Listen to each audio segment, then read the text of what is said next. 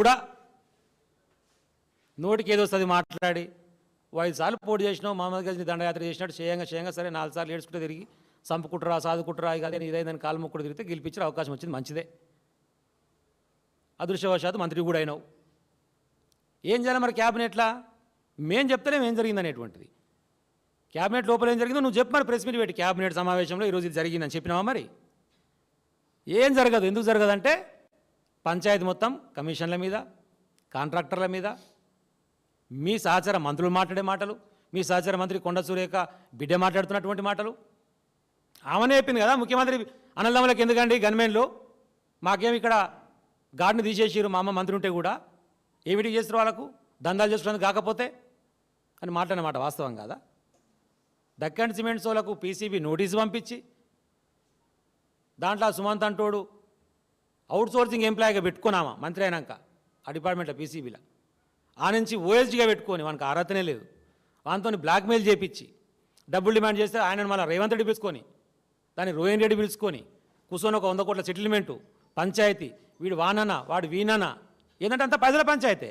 లాస్ట్కి ఏం చేసి చాలా కప్పుకురు 100 కోట్ల వాళ్ళు నీకు 25 నాకు 25 అని పంచుకొని క్లోజ్ చేసుకురు. గదే విషయం కదా. కొండ సురేఖ గారు బిడ్డ చెప్పినటువంటి ముచ్చటే మేము చెప్పినాం. సుమంత్ అంటోడు తుపాకీ పెట్టి బెదిరించిండు అన్నారు. ఆ కేసు ఎక్కడ పోయిందో తుపాకీ ఎక్కడ పోయింది ఇప్పుడు దొరకలేదు.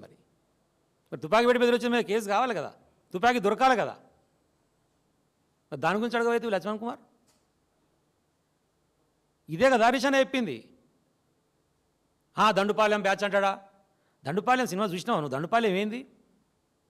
కఠినమైనటువంటి వికృతమైనటువంటి అమానవీయమైనటువంటి ఒక భావజాలంతో ఉండేటువంటి ఒక గ్యాంగు వికృతంగా మొత్తం దోపిడీ చేస్తుంటారు. ఆ దోపిడీ చేసే క్రమంలో అడ్డు వచ్చిన వాళ్ళందరినీ చంపేస్తుంటారు. అంత వికార పద్ధతిలో తెలంగాణను దోచుక తింటారు మీరని చెప్పడం కోసం వాడిన పదజాలం అది వాస్తవమే కదా అంటున్నా నేను. ఇప్పుడు దక్కన్ సిమెంట్స్ పంచాయతీ తెలుస్తూనే ఉంది కదా దోచుక తింటారు అని. ఇదే కొండ సురేఖ గారు సమ్మక్క సారక్కడ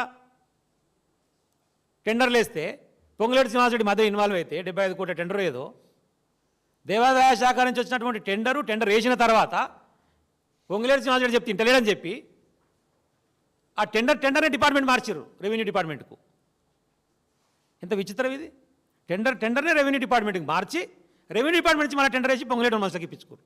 దానికి కొండ సురేఖ బాటంగా మాట్లాడి అంతమందికి వారు మాట్లాడిందే కదా. మీడియా సాక్షి ఏడిపోయినా కూడా మా మంత్రులు 30% కమిషన్ లేని పని చేస్తారని చెప్పి ఆమె మాట్లాడిందే కదా. మేమంటలేము, మీ వాళ్ళు చెప్పిందే మేము రిపీట్ చేసి చెప్పినాం. 30% లేని పనులు చేస్తలేరని చెప్పి ఆ జడ్చర్ల ఎమ్మెల్యేనేమో 2వ సారి నేను గెలిపి నేనే ముఖ్యమంత్రిని అని చెప్పేసి ఆయన ఒకటి మాట్లాడతాడు.